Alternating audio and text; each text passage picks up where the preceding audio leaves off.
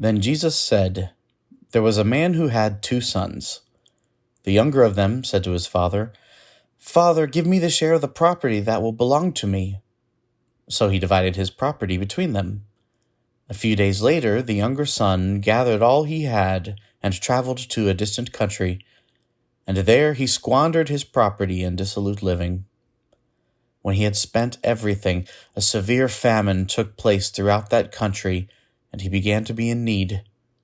So he went and hired himself out to one of the citizens of that country, who sent him to his fields to feed the pigs. He would gladly have filled himself with the pods that the pigs were eating, and no one gave him anything.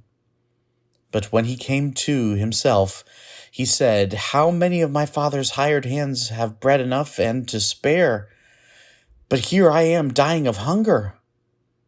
I will get up and go to my father, and I will say to him, Father, I have sinned against heaven and before you. I am no longer worthy to be called your son. Treat me like one of your hired hands. So he set off and went to his father. But while he was still far off, his father saw him and was filled with compassion. He ran and put his arms around him and kissed him. Then the son said to him, Father, I have sinned against heaven and before you. I am no longer worthy to be called your son. But the father said to his slaves, Quickly bring out a robe, the best one, and put it on him. Put a ring on his finger and sandals on his feet, and get the fatted calf and kill it. Let us eat and celebrate. For this son of mine was dead and is alive again. He was lost and is found. And they began to celebrate. Now his elder son was in the field, and when he came and approached the house, he heard music and dancing. He called one of the slaves and asked what was going on. He replied, Your brother has come, and your father has killed the fatted calf, because he has got him back safe and sound. Then he became angry and refused to go in. His father came out and began to plead with him. But he answered his father, Listen, for all these years I have been working like a slave for you, and I have never disobeyed your command. Yet you have never given me even a young goat so that I might celebrate with my friends. But when this son of yours came back, who has devoured your property with prostitutes, you killed the fatted calf for him. Then the father said to him, Son, you are always with me, and all that is mine is yours. We had to celebrate and rejoice, because this brother of yours was dead and has come to life. He was lost and has been found.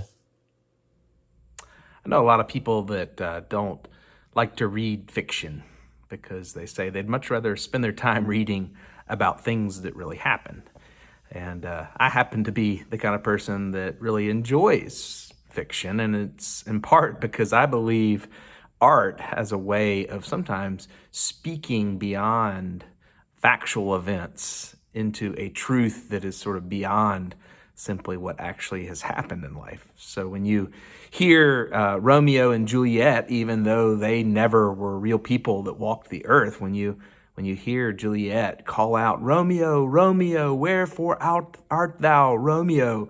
You hear in her yearning and romantic love something of the truth of what love can be like.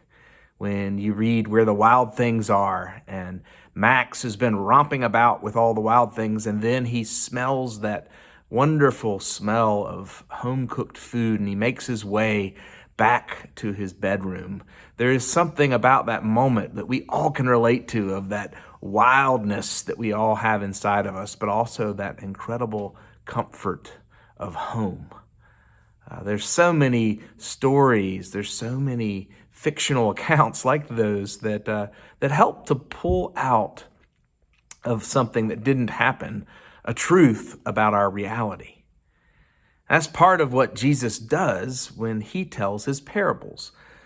The parables, the stories that Jesus tells, aren't factual events. They aren't historical matters, but Jesus, in telling them, helps us to hear truths about ourselves and about the world that we otherwise might not hear. In some way, those truths that are revealed through stories like parables tell us more about who we are than simply facts can do. And I certainly think that's the truth of the story that we hear today, this story that we call the parable of the prodigal son.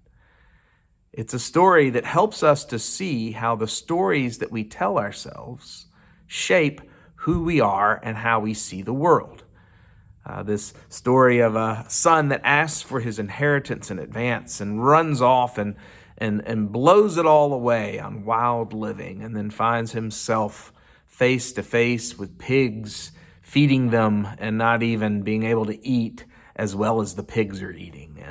And he has this moment where he realizes that if he would just go home, his father, even though he had estranged himself from his father, that surely his father would enable him to eat better than he was eating then. And so he goes home and he apologizes, and he names his falling short, and his father embraces him and throws on a wonderful cloak and then has a wonderful party laid out for him.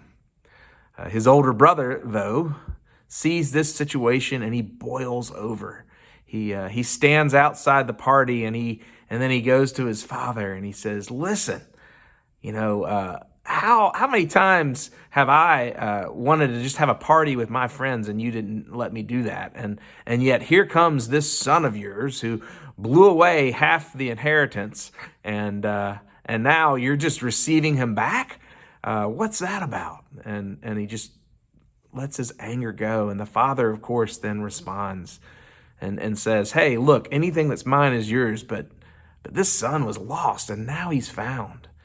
And he was gone and now he's back." And the father really helps us to see his perspective. The older son gives his perspective of his view of the father and his view of his brother, and the father gives his view. The son's view, this older son's view in many ways, is it's kind of a finger-pointing view. He is seeing the world. He's telling the story of injustice that others are doing to him. And so it's as he's seeing the world, this parable gives us this inside view into his own really sense of victimhood, that the world hasn't set him up to be fair, and he's pointing the finger at his brother and at his father, and in some ways he's right. But you have to ask yourself, is this story that he's telling the best story that he can tell? He's kind of living in this land of resentment. He's living in this land of unforgiveness and a land of hard-heartedness. And even though he may well be right about his view of his brother and his view of his dad, by holding so tightly to this unforgiving and hard-hearted view, it seems that he becomes somewhat a bitter man. The father, meanwhile, has this view of both of his sons that's a bit different. He is seeing them through the lens of mercy, through the lens of grace, and he's also seeing himself differently. Instead of looking at his son, instead of looking at the older son and the son that had run away and trying to decide what kind of justice they deserve, it seems that instead the question that he is asking is, what kind of father do I want to be? If the older brother's question is, what kind of brother do I have and what kind of father do I have, the father's question seems to be, what kind of father do I want to be? And he responds by being the kind of father who would forgive a son that had run off. And that kind of father that even when his older son gripes about it, invites him in and invites him to be part of the table and part of the party. There's a huge difference between those vantages. On the one hand, it's asking, how should the world be conforming to what I want? And the other one is, how should I be conforming to the person that I want to be? There's a huge difference that those stories have upon us. If our question is primarily the first, it can leave us hard-hearted and bitter. If our question is primarily the second, it can open us up to being kingdom of God people.